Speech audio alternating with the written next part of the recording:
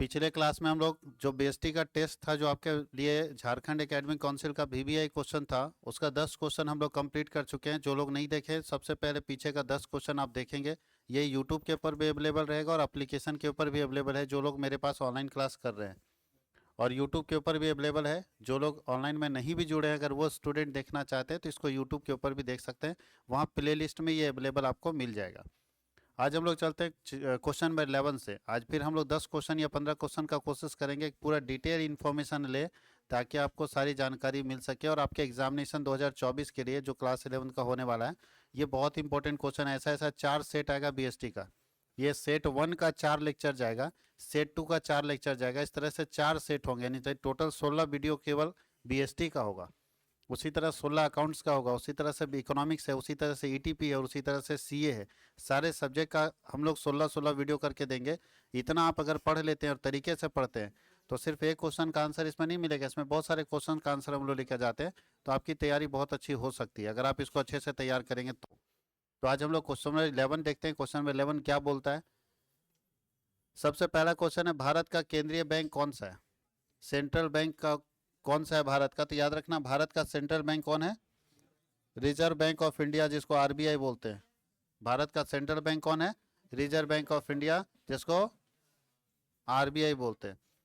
इस क्वेश्चन में थोड़ा सा ट्विस्ट कर देता। अगर पूछता कि भारत में सारे बैंकों का बैंक कौन है, तो सारे बैंकों का बैंक होता है सेंट्रल बैंक। कौन होता है? Central bank. सेंट्रल बैंक सारे बैंकों को रेगुलेट करता है, सारे बैंकों का बैंक होता है सेंट्रल बैंक। और सेंट्रल बैंक भारत के अंदर, दुनिया में हर देश में एक सेंट्रल बैंक होता है। दुनिया में हर देश में एक सेंट्रल बैंक होता है। अमेरिका में तो 12 सेंट्रल बैंक है, बाकी हर देशों में एक सेंट्रल बैंक जरूर होगा। तो भारत के सेंट्रल बैंक का नाम क्या है? आरबीआई। भारत के सेंट्रल बैंक का नाम क्या है? आरबीआई।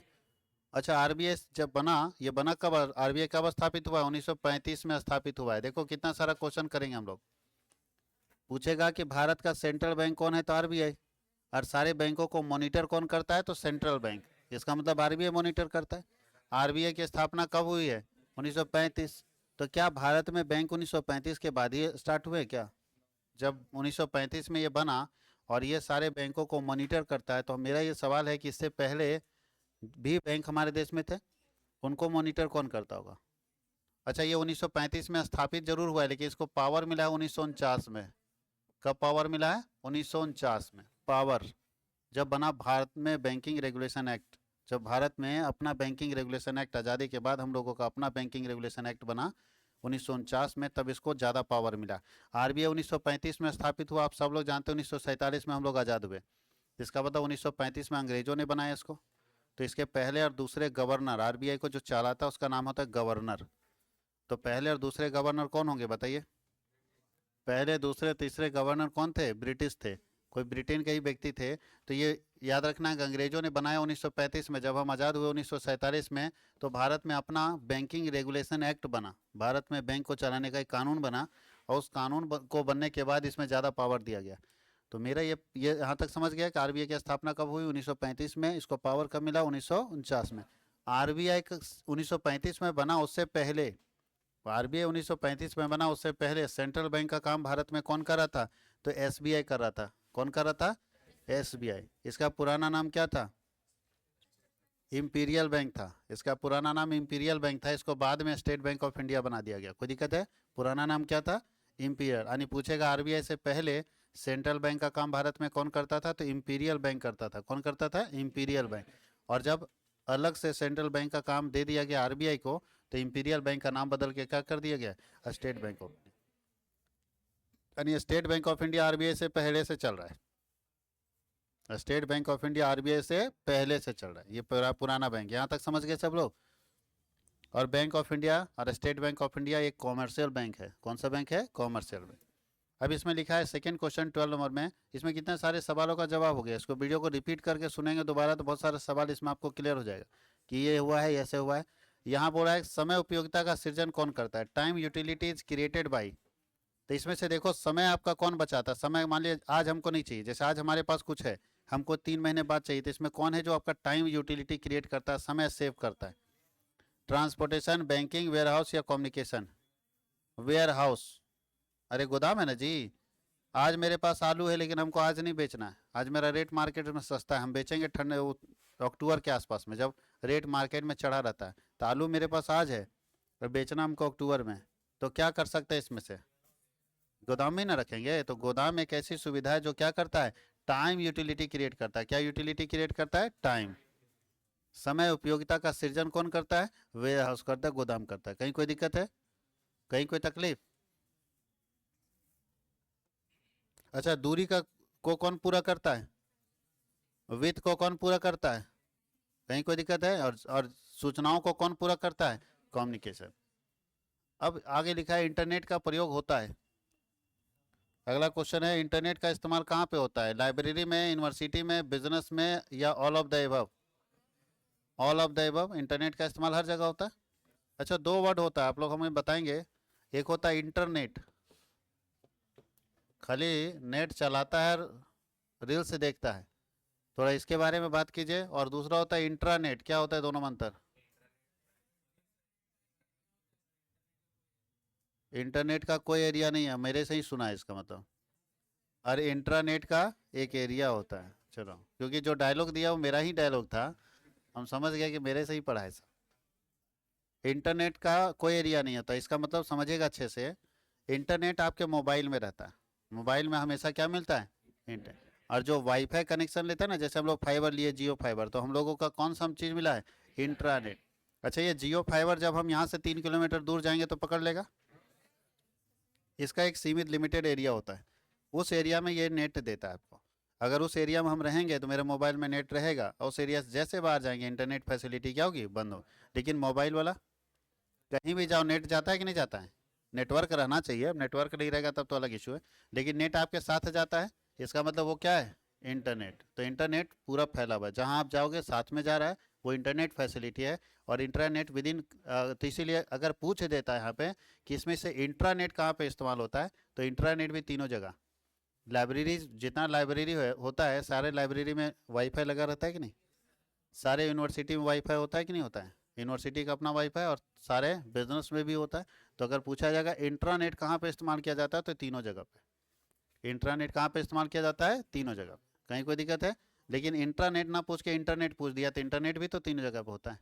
ऐसा नहीं ना है कि लाइब्रेरी में जो काम करने वाले लोग हैं उनके मोबाइल में इंटरनेट ही रहता है, उनके यहाँ भी इंटरनेट इस्तेमाल होता है कि नहीं, इंटरनेट काम कर सकता है। लेकिन चूंकि सब लोगों के पास नेटवर्क पहुंचेगा, इसके लिए हम लोग क्या करते हैं, इंट्रानेट लगा लेते हैं, ताकि काम क्या हो, आसान हो। एक कैंपस के अंदर सारे लोगों के पास अगर नेटवर्क की सुविधा है तो उसे हम लोग क्या बोलते हैं, इंट्रानेट। अग्नि बीमा की अवधि, फायर इंश्योरेंस प्रीमियम कितने साल का होता है? तो याद रखना है कि जितने भी नॉन लाइफ हैं, जो जीवन से संबंधित नहीं है, अगर वैसा बीमा कोई करा रहे हैं तो सिर्फ 1 साल का। चाहे गाय का बीमा कराओ, चाहे फसल बीमा कराओ, ठीक है, जिसको हम लोग बोलते हैं कैटल इंश्योरेंस, या क्रॉप इंश्योरेंस, या हेल्थ इंश्योरेंस, या फायर इंश्योरेंस, या मरीन इंश्योरेंस, समुद्री बीमा है, उसके बाद अग्नि बीमा है, चोरी का बीमा है, चाहे वो पशु बीमा है, चाहे वो फसल बीमा है, सब कितने साल का, 1 साल का। लेकिन जीवन बीमा हमेशा 1 साल से ज़्यादा, जीवन बीमा जब भी रहेगा, लाइफ इंश्योरेंस, तो 1 साल से ज़्यादा। और नॉन लाइफ इंश्योरेंस हमेशा रहेगा तो 1 साल का ही रहेगा, 1 साल का। क्यों ऐसा होता है कि लाइफ इंश्योरेंस कराएंगे तो 1 साल से ज़्यादा, लाइफ इंश्योरेंस बोलता है 1 साल से ज़्यादा होना चाहिए। और नॉन लाइफ, जिसमें जीवन नहीं होता है, जिसको हम लोग बोल रहे हैं नॉन लाइफ इंश्योरेंस, जितना भी इसमें अग्नि बीमा भी आता है, समुद्री बीमा भी आता है, तो नॉन लाइफ 1 ही साल का होता है। ऐसा क्यों? मोटरसाइकिल का बीमा कितने साल का होता है, ऐसा क्यों? क्योंकि इसका वैल्यू हर साल क्या होता है, कम होता है। आप मोटरसाइकिल खरीदे नया नया, 1 लाख रुपए का मोटरसाइकिल है, तो अभी कंपनी बीमा की 1 साल के लिए 1 लाख रुपए का। अगले साल मोटरसाइकिल का कीमत 1 लाख रहेगा या कम हो जाएगा? तो इंश्योरेंस कंपनी कितने का बीमा करेगी, फिर कम का। मान लो 80,000 हो गया तो 80,000 का, तो उससे क्या होगा, आपसे प्रीमियम भी कम लेगी, तो रिस्क कवरेज भी कम देगी। फिर अगले साल प्रीमियम और कम लेगी, तो रिस्क कवरेज भी कम देगी। फिर प्रीमियम कम लेगी, धीरे धीरे प्रीमियम क्या होता है, घटता जाता है। तो प्रीमियम घटने का मतलब ये नहीं सोचो कि तुम्हारे से जान पहचान हो गया। प्रीमियम घटने का मतलब है कि आपका जो वैल्यू ऑफ एसेट्स है वो भी क्या हो रहा है, घट रहा है। उसका मतलब रिस्क कवरेज घटा रहा है। 5 साल बाद, 6 साल बाद आपका मोटरसाइकिल चोरी होता है, तो ये मत सोचना कि 1 लाख में लिए थे तो 1 लाख आपको मिलेगा, नहीं। जितने वैल्यू का वो इंश्योरेंस किया उतना ही आपको मिलने वाला है, उससे ज़्यादा मिलने वाला नहीं है। इस बात को समझना है। इसलिए हमेशा नॉन लाइफ हमेशा कितने साल का होता है, 1 साल का। कहीं कोई दिक्कत है, हमेशा कितने साल का होता है, 1 साल का। तो यहाँ पूछा है कि अग्नि बीमा हमेशा कितने साल का होगा? 1 साल का। फिर से आपको रिन्यू करना पड़ेगा। कोई दिक्कत है? कोई तकलीफ? कुछ कुछ बच्चा लोग ऐसा भी सोच सकता है कि मोटरसाइकिल का तो जब हम नया खरीदे थे तो 5 साल का करके दिया है। अभी जो लोग मोटरसाइकिल नया खरीदता है या कार नया खरीदता है उसको 5 साल का करके देता है शोरूम वाला। वो 5 साल का बीमा नहीं करके देता है, आप बेवकूफ़ी में है। वो थर्ड पार्टी इंश्योरेंस होता है, थर्ड पार्टी इंश्योरेंस करके देता है। इंश्योरेंस उसका 1 ही साल का होगा। 5 साल का इंश्योरेंस कर देता तो कंपनी बर्बाद हो जाएगी। वो क्या करता है? थर्ड पार्टी इंश्योरेंस करता है। इंश्योरेंस 2 तरह का होता है, फर्स्ट पार्टी, थर्ड पार्टी और सेकेंड पार्टी। तो ज़्यादातर फर्स्ट पार्टी और थर्ड पार्टी होता है, सेकेंड पार्टी नहीं होता है। थर्ड पार्टी समझ रहे हैं? नहीं, हमने कार खरीदा, कार का इंश्योरेंस कराया तो फर्स्ट पार्टी हम है। सेकेंड पार्टी मेरा ड्राइविंग जो करेगा वो ड्राइवर है वो, और थर्ड पार्टी जिसको मारेगा वो। बात समझ गए? तो पता चला अपना इंश्योरेंस ड्राइवर का कर दिए कि ड्राइवर को कुछ होगा तो उसके परिवार वालों को 16 लाख मिलेगा। ड्राइवर का इंश्योरेंस हो गया सेकेंड पार्टी। फर्स्ट पार्टी हम भी अपने गाड़ी का इंश्योरेंस कर दिया, अगर कुछ होगा तो मेरी कार जो है, मेरी गाड़ी नहीं मिलेगी, या हमको पूरा बना के इंश्योरेंस कंपनी देगा। तो गाड़ी का सुरक्षा हो गया, ड्राइवर का सुरक्षा हो गया, और जिसको मारे उसका सुरक्षा। जिसको मारिए अगर ऊपर पहुंचा दीजिएगा उसका सेफ्टी होना चाहिए ना। तो उसी को बोलते हैं थर्ड पार्टी इंश्योरेंस। सबका होना जरूरी है, जिसका थर्ड पार्टी इंश्योरेंस नहीं रहता वो बर्बाद हो जाता है। और अगर मान लो किसी गाड़ी का थर्ड पार्टी इंश्योरेंस और किसी को ठोक दिए और विकेट गिर गया, क्या करोगे? कोई टेंशन नहीं लेना है, थर्ड पार्टी इंश्योरेंस है, निश्चिंत रहो। उसको बोलो केस करो, जाओ। उसको कुछ मत बोलो कि मेरे साथ कुछ नहीं करो, जाओ केस करो तुम। वो केस करेगा, तुमको निश्चिंत सोए रहना है। इंश्योरेंस कंपनी सारा पैसा भरेगी, तुम टेंशन नहीं लेना है तुमको। हाँ, उस समय बच के भाग जाओ, नहीं तो गुस्सा में वो लोग जो तुम मारोगे, आप बोलोगे जाओ केस करो, तो बोलेगा तुमको भी हम पीट लेते हैं, उसके बाद तुम भी जाके केस करना। बच के भाग जाओ, कोई दिक्कत नहीं। उसके बाद गाड़ी वहाँ रहे, कोई दिक्कत नहीं। आपको कोई टेंशन नहीं लेना है। गाड़ी जला भी वो लोग देगा तो भी आपको पैसा मिलेगा। हाँ, उस पर्सन को भी पैसा मिलेगा जो मार खाया है, जिसको चोट लगा या जो डैमेज हुआ है या जो मर गया, उस व्यक्ति को भी इंश्योरेंस कंपनी पैसा देगी। यानी इंश्योरेंस कंपनी कितने को पैसा देगी? 3 लोगों को। ड्राइवर को अगर कुछ हुआ तो उसका नुकसान भरपाई करेगी, या मर गया ड्राइवर तो ड्राइवर को पैसा देगी, गाड़ी वाले मालिक को गाड़ी बना के देगी, और जिसको मारे हैं उसको भी पैसा मिलेगा। इसी को बोलते हैं थर्ड पार्टी इंश्योरेंस। बात समझ गए? तो सरकार जानती है कि सब लोग जब थोड़ा समझ जाता है, अभी शुरू में नहीं समझता है, सब कराता है, लेकिन जब समझ जाता है कि थर्ड पार्टी है तो थर्ड पार्टी नहीं कराता, बोलता है उसका क्या कर फायदा, हमारा गाड़ी ना सुरक्षित रहना चाहिए। लेकिन ज़रूरी ये है कि थर्ड पार्टी होना चाहिए। आप जिसको मार रहे हैं उसकी सुरक्षा बहुत ज़रूरी है, आप उसकी सुरक्षा को ध्यान रखिए। इसलिए पुलिस जब भी चेक करता है तो ज़्यादातर कौन सा चेक करता है? Third party. फर्स्ट पार्टी तो तुम रहा है, तुम अपने बर्बाद हो जाओ, उससे क्या मतलब है? तुम थर्ड पार्टी कराया कि नहीं कराया, ये बहुत इंपॉर्टेंट है, याद रखना है सबको। तो जो 5 साल का शोरूम करके देता है कौन सा इंश्योरेंस करके देता है? Third party. फर्स्ट पार्टी हमेशा 1 साल।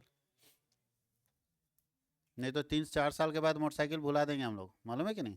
5 साल का अगर हमको करके दे तो 4 साल मोटरसाइकिल खूब चला लेंगे, 5वां साल धकेल देंगे कहीं, कोडरमा घाटी में गिरा देंगे कि देखिए सर मोटरसाइकिल गया। आया नहीं, पेपर पर में पूरा छपा जाएगा। या तो कुछ नहीं, चलते चलते देख रहे ट्रक आ रहा है, एकदम सामने जाइए, जंप करके भागिए और मोटरसाइकिल को जाने दीजिए। इंश्योरेंस अपने कैसे जाएगा? अपना सुरक्षा देख के। ऐसा ना कि बीमा का इंश्योरेंस का पैसा लेने के चक्कर में लाइफ इंश्योरेंस में घुसना पड़ेगा। ये कला है, सब लोग नहीं कर सकता है, ये आर्ट है सब। लेकिन ऐसा नहीं कर सकते हैं क्योंकि फर्स्ट पार्टी इंश्योरेंस जो है वो 1 साल का होता है। ब्याज का सर्वाधिक दर, सबसे ज़्यादा ब्याज कहाँ पे मिलता है बताइए? करंट में, सेविंग में, फिक्स डिपॉजिट में, या होम सेफ अकाउंट में? सब जानते हैं कि सबसे ज़्यादा इंटरेस्ट मिलता है fix deposit account. Fix deposit account क्या होता है? एक फिक्स समय के लिए हम अपने पैसे को बैंक के पास क्या करते हैं? फिक्स कर देते हैं, और बैंक उस पर सबसे ज़्यादा इंटरेस्ट देता है। ई कॉमर्स का बिजनेस का क्षेत्र क्या है? ई कॉमर्स का क्षेत्र लोकल होता है।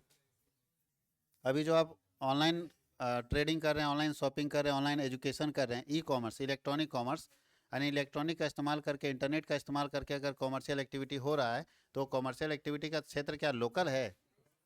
लोकल तो ऑफलाइन का था, पहले ऑफलाइन पढ़ाते थे तो लोकल बच्चा आता था। रीजनल है, नेशनल है, या इंटरनेशनल है? हम कहीं भी जा सकते हैं ना, आए नहीं? हमारा वीडियो स्वीडन में देखा जाता है। एक बार चेक करे थे यूट्यूब पर तो पता चला स्वीडन में देख रहा, पता नहीं सऊदी अरबिया में देखता है, नेपाल में देख रहा है वीडियो। इसका मतलब क्या है कि कॉमर्स का वर्ल्ड का जो है डंका उधर भी बज रहा है। अब पता नहीं, आज तो संजोग से देख लिया होगा, या तो कोई स्टूडेंट होगा उधर, जो कॉमर्स पढ़ रहा होगा उसको लगा कि ये काम का वीडियो है, पता नहीं मेरा लैंग्वेज कैसे समझ में आ रहा है वो लोग को। हम लोगों को, अच्छा पूछ रहा है कैसे पता चला, हम लोग जब यूट्यूब में देखते हैं ना कि कहाँ कहाँ पे वीडियो वीडियो को देखा जाता है, पूरा यूट्यूब में डिटेल आता है, कौन सा एज का बच्चा देख रहा है, कहाँ पे देख रहा है, एनालिटिक्स में जाके पूरा चेक करता है, तो हर चीज़ हमको जानकारी मिल जाता है। तो बताइए मेरा एरिया कहाँ जा रहा है? अभी नहीं गया है, लेकिन हम चाहें तो जा सकते हैं कि नहीं जा सकते? हम अलग अलग लैंग्वेजेज में अगर हम पढ़ाना शुरू कर दें तो ऐसी स्थिति में हम दुनिया में डंका बजा सकते हैं। और आज क्या है, दुनिया में लोग डंका बजा रहा है इलेक्ट्रॉनिक कॉमर्स के जरिए पे। चाइना की कोई कंपनी है यहाँ पे अपना सॉफ्टवेयर सर्विसेज दे रही है, अब इंग्लैंड की कंपनी यहाँ पे सर्विसेज दे रही है, अमेरिका की कंपनी यहाँ पे सर्विसेज दे रही है, और यहाँ की कंपनी अमेरिका में सर्विसेज दे रही है। ई कॉमर्स का फुल फॉर्म क्या है? अभी तो बता दिया, इलेक्ट्रॉनिक कॉमर्स। ई कॉमर्स का फुल फॉर्म क्या है? Electronic commerce. याद रहेगा, e commerce means electronic commerce. अच्छा, एक बिजनेसमैन जो होता है, एंटरप्रेन्योर्स, एक बिजनेसमैन का सोशल ड्यूटी, क्योंकि बिजनेसमैन क्या होता है, सामाजिक प्राणी होता है, समाज में उसको बिजनेस करना है, तो समाज के प्रति उसका ड्यूटी क्या होता है, किसके किसके लिए होता है? कर्मचारी के लिए होता है। एक बिजनेसमैन को अपने कर्मचारी के लिए ड्यूटी है ना जी, कि तय समय पर उसको सैलरी दे दीजिए, उचित वेतन दीजिए, उसके सारे सुविधाओं का ख्याल रखिए, रिटायरमेंट के बाद प्लान कीजिए, रिटायरमेंट के बाद बेचारे को क्या मिलेगा। उपभोक्ता के लिए बिजनेसमैन को क्या सोचना चाहिए? बेस्ट क्वालिटी प्रोडक्ट देंगे, चीपर रेट में देंगे, हाँ या नहीं? मिलावट नहीं करेंगे, धोखा नहीं करेंगे किसी को। अगर कोई कस्टमर को कोई ग्रीवांसेस है, कोई समस्या है, उसका तुरंत निवारण करेंगे। ये बिजनेसमैन जो है हमेशा कंज्यूमर के प्रति सोचना चाहिए, ऐसा नहीं कि बस बेच दो और लूट लो, ऐसा नहीं करना चाहिए। तीसरा है, सरकार के प्रति बिजनेसमैन को क्या ध्यान रखना चाहिए, कि सही समय पर टैक्स देंगे, सरकारी नियमों का पालन करेंगे, हिसाब किताब सही लिखेंगे, किसी को धोखा नहीं देना है। तो बताइए सबके प्रति बिजनेसमैन का दायित्व है ना, इसलिए यहाँ क्या होगा? Towards all. यानी एक बिजनेसमैन का अपने कर्मचारी के प्रति, अपने उपभोक्ता के प्रति, अपने सरकार के प्रति, सबके प्रति उत्तरदायित्व होता है। अब देखो इसमें लिखा है मानव जीवन का बीमा, इसमें से कौन सी कंपनी करेगी, भी तो बता चुके हैं। मानव जीवन का बीमा किस में होता है? लाइफ इंश्योरेंस में। और लाइफ इंश्योरेंस में भारत सरकार की सरकारी क्षेत्र की सबसे बड़ी कंपनी का नाम क्या है? LIC। सरकारी क्षेत्र की सबसे बड़ी कंपनी कौन है? LIC। और ये तीनों इंश्योरेंस करने वाली सरकारी क्षेत्र की सबसे बड़ी कंपनी का नाम है GIC। LIC का फुल फॉर्म है लाइफ इंश्योरेंस कॉरपोरेशन, इसका है जनरल इंश्योरेंस कॉरपोरेशन। चाहे फायर इंश्योरेंस कराओ, मरीन इंश्योरेंस कराओ, हेल्थ इंश्योरेंस कराओ, इसको सरकारी कंपनी का नाम क्या है? GIC, general insurance corporation. नाम कम सुने होंगे, LIC ज़्यादा सुने आप। आगे लिखा है व्यवसाय का निवेशकों के प्रति सामाजिक उत्तरदायित्व इसमें से कौन सा नहीं है? मतलब एक बिजनेस का जो उसके यहाँ पूंजी लगाता है, मालिक जिसको बोलते हैं शेयर होल्डर्स। अच्छा, एक बिजनेसमैन को शेयर होल्डर्स के प्रति इसमें क्या नहीं सोचना चाहिए? तो पहला बताओ, शेयर होल्डर के लिए बिजनेसमैन ये सोचता है क्या? कौन नहीं सोचता वो पूछ रहा है। तो पहला बोलता है पूंजी की सुरक्षा। एक बिजनेसमैन शेयर होल्डर के प्रति ये सोचता है ना, कि जो मेरे पास पैसा लगा है उसका पैसा सुरक्षित रहे, तो ये सोचता है। पूछ रहा है नहीं कौन है? अच्छा, उचित समय पर लाभ देता है। एक बिजनेसमैन ये सोचता है कि भैया जो मेरे पास पूंजी लगाया उसका पूंजी सुरक्षित रहे, उसको समय पर हम लाभ दें। तीसरा, समय पर ब्याज का भुगतान करें, ये भी सोचता है। लेकिन कभी भी जो पूंजी लगाता है उसको वेतन देता है क्या बिजनेसमैन? पूंजी लगाने वाले को बिजनेसमैन वेतन नहीं देता। पूंजी लगाने वाले को बिजनेसमैन वेतन नहीं देता, तो ये याद रखना है कि ये उसकी ड्यूटी नहीं है। पूंजी लगाने वाले को बिजनेसमैन वेतन नहीं देता, तो ये उसकी ड्यूटी नहीं है। कहीं कोई दिक्कत है?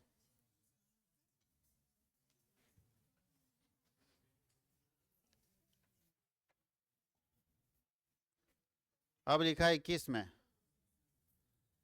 प्रविवरण जारी करती है। प्रविवरण कौन कौन जारी करता है? प्रविवरण कौन जारी करता है? कंपनी जारी करता है। क्यों? तो याद रखना है, जनता से अपना हिस्सा बेचने के लिए, जनता से अपना हिस्सा बेच के पैसा लाने के लिए एक कंपनी क्या जारी करती है? प्रविवरण, प्रोस्पेक्टस। एक इनविटेशन लेटर होता है, आमंत्रण पत्र होता है, जिसको जारी करके कंपनी जनता से पैसा ले सकती है। जैसे कॉलेज में भी प्रोस्पेक्टस जारी होता है। कॉलेज आपका एडमिशन कराने के लिए, आपसे एडमिशन लेने के लिए क्या जारी करता है? प्रोस्पेक्टस।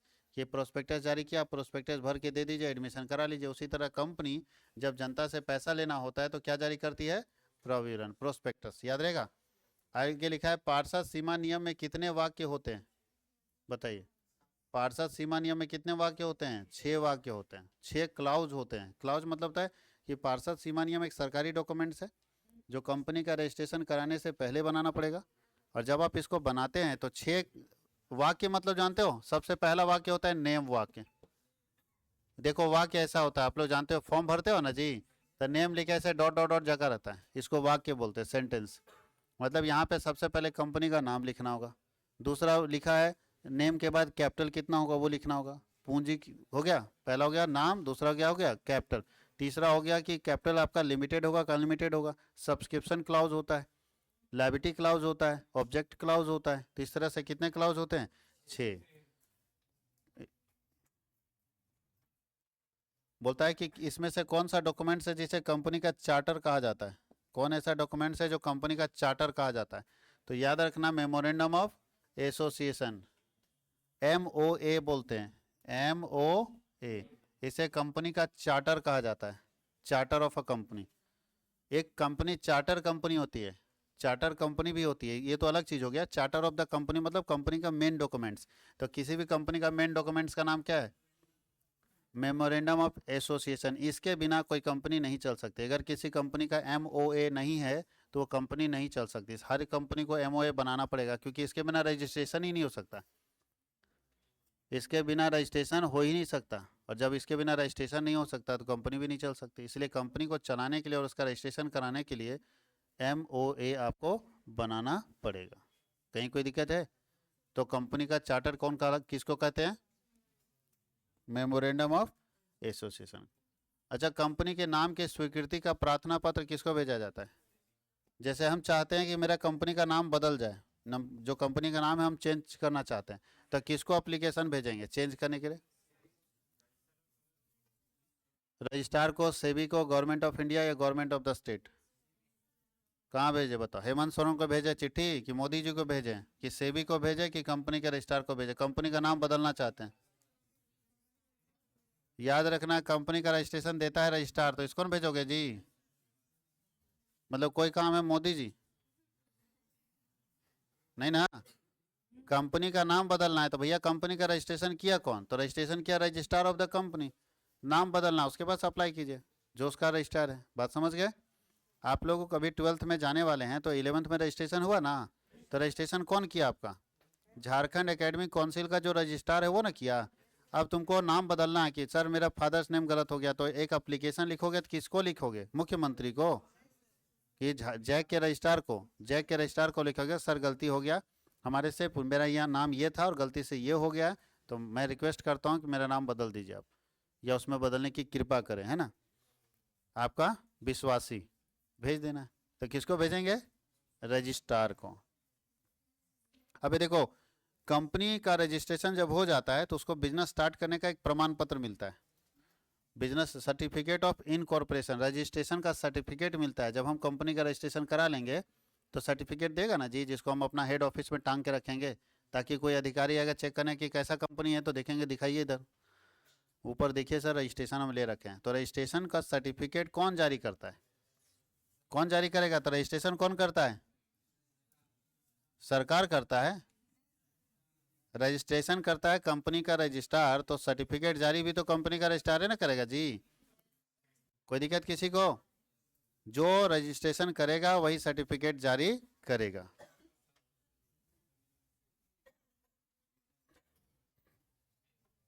कंपनी के शेयर होल्डर क्या होंगे, शेयर होल्डर कंपनी का क्या होता है, अंशधारी कंपनी के क्या होते हैं, मालिक होते हैं।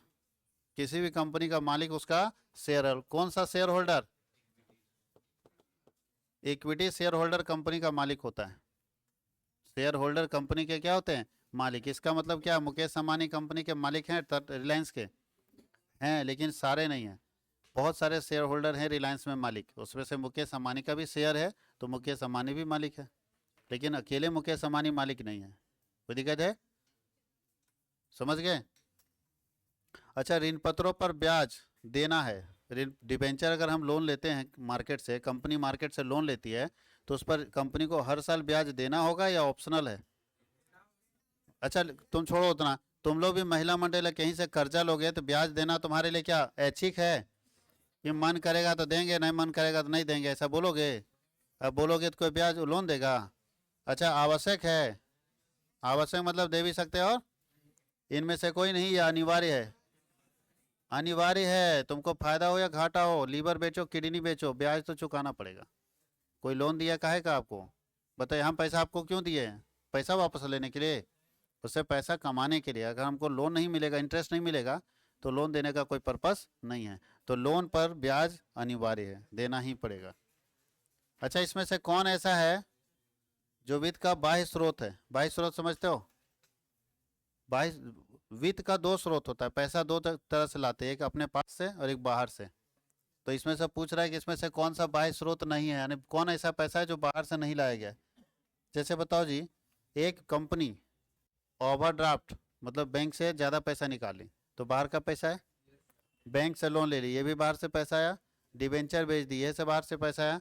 रिटेन अर्निंग कंपनी का बाहर का पैसा नहीं है, कंपनी के अंदर का पैसा होता है। रिटेन अर्निंग का मतलब होता है पिछले साल में कमाए गए लाभ को जब हम बचा के रख लेते हैं तो उसको हम लोग बोलते हैं रिटेन्ड अर्निंग। रिटेन मतलब होता है रोकना, और अर्निंग मतलब इनकम। जब हम पिछले साल के इनकम को रोक के रख लेते हैं तो उसको किस नाम से जानते हैं? रिटेन अर्निंग के नाम से। तो रिटेन अर्निंग जो है वो आउटसाइड सोर्स नहीं है, इनसाइड सोर्स है बिजनेस में कैपिटल का। कहीं कोई दिक्कत है? बिजनेस में पूंजी लाने का इनसाइड सोर्स क्या कहलाता है? Retained earning. अच्छा, अगर हम शेयर बेच के और पूंजी लाते हैं तो कौन सा पूंजी मिलेगा? शेयर बेच के पूंजी लाएंगे तो लॉन्ग टर्म मिलेगा, मीडियम टर्म मिलेगा, शॉर्ट टर्म मिलेगा, या वेरी शॉर्ट टर्म मिलेगा? शेयर बेच के अगर हम पूंजी लाते हैं तो कौन सा मिलेगा? Long term. और एफडीआई क्या है? इसमें कौन फुल फॉर्म है एफडीआई का? एफडीआई का फुल फॉर्म होता है फॉरेन डायरेक्ट इन्वेस्टमेंट, विदेशी बोलता है विदेशी प्रत्यक्ष निवेश। एफडीआई का फुल फॉर्म क्या होता है? Foreign direct investment. कहीं कोई दिक्कत है? फॉरेन डायरेक्ट इन्वेस्टमेंट, ये एफडीआई का फुल फॉर्म है, याद रखना आप लोगों को। तो थोड़ा सा और हम लोग फटाफट कर लें तो कंप्लीट कर लेंगे 40 क्वेश्चन। आईडीबीआई की स्थापना कब हुई? आईडीबीआई की स्थापना कब हुई है बताइए?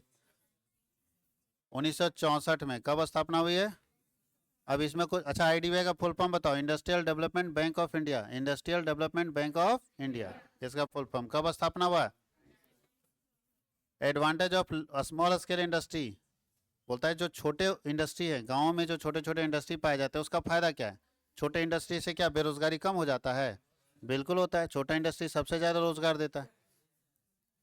बड़े इंडस्ट्री तो मशीन का इस्तेमाल करते हैं। आप टाटा कंपनी में चले जाओ जहाँ गाड़ियाँ बन रही है, आदमी है ही नहीं, फुली ऑटोमेटिक मशीन लगा दिया, पैसा है उसके पास। लेकिन जो गांव का आदमी है, जो गांव में धंधा कर रहा है, छोटा बिजनेस, उसके पास मशीन लगाने का पैसा नहीं है तो आदमी से काम करा रहा है। बात समझ गए? बड़े बड़े शहरों में चले जाओ, ढलाई का सारा काम मशीन से हो रहा है। हमारे यहाँ आज भी मसाला लेबर बनाता है। तो छोटी इंडस्ट्री ज़्यादा रोजगार देती है। तो बोलता है कि लघु उद्योग से पहला फायदा ये कि बेरोजगारी कम हो रहा है, रोजगार मिल रहा है लोगों को, आयात में कमी आ रही है, और क्या है? आय का समान वितरण हो रहा है, इनकम का इक्वल डिस्ट्रीब्यूशन हो रहा है, इसलिए छोटे इंडस्ट्री से सारा फायदा हो रहा है। अच्छा, इक्वल डिस्ट्रीब्यूशन ऑफ इनकम क्या होता है? इसका मतलब ये होता है कि सिर्फ पैसा कमाने का हक अमीरों को नहीं हो, गरीब और छोटे छोटे व्यक्तियों को भी पैसा कमाने का हक मिल रहा है, और हर व्यक्ति के हाथ में पैसा आ रहा है। ये इसलिए आ रहा है क्योंकि हमारे यहाँ स्मॉल स्केल इंडस्ट्री डेवलप कर रही है। आगे लिखा है मैन्युफैक्चरिंग। बताओ जी, बोलता है मैक्सिमम इन्वेस्टमेंट लिमिट क्या है स्मॉल स्केल मैन्युफैक्चरिंग यूनिट के लिए? स्मॉल स्केल मैन्युफैक्चरिंग यूनिट के लिए मैक्सिमम इन्वेस्टमेंट लिमिट कितना है? 10 करोड़। 10 करोड़ से ज़्यादा आप इन्वेस्टमेंट नहीं कर सकते हैं। और निम्न में से क्या लघु उद्योग की समस्या नहीं है? कौन ऐसा समस्या इसमें से नहीं है जो छोटे बिजनेस के लिए होता है? तो बताओ, छोटे बिजनेस का पहला समस्या पुराना टेक्नोलॉजी, ये तो समस्या है। अधिक रोजगार, छोटे बिजनेस अधिक रोजगार देता है, ये समस्या नहीं है। अधिक रोजगार तो देता ही है, तो समस्या है। अच्छा, पर्याप्त वित्त, वित्त होना चाहिए यहाँ पे। पैसा उसके पास कम रहता है, ये भी समस्या है। और इसके पास छोटे बिजनेस में अप्रशिक्षित लोग रहते हैं, क्योंकि ट्रेंड लोग ज़्यादा सैलरी मांगेंगे, ये लोग दे नहीं पाएगा। तो ये तीनों समस्या है। तो पूछ रहा है कौन समस्या नहीं है? तो अधिक रोजगार इसकी कोई समस्या नहीं है।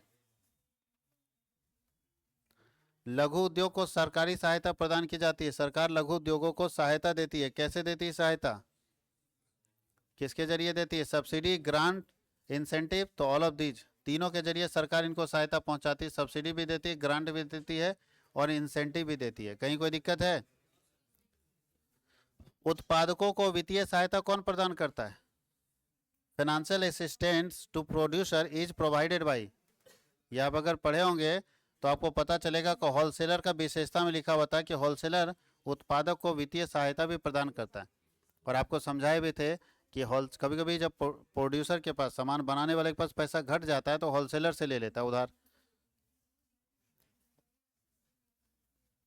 थोक व्यापारी वस्तुओं का लेन देन क्या करता है, कम में या ज़्यादा में?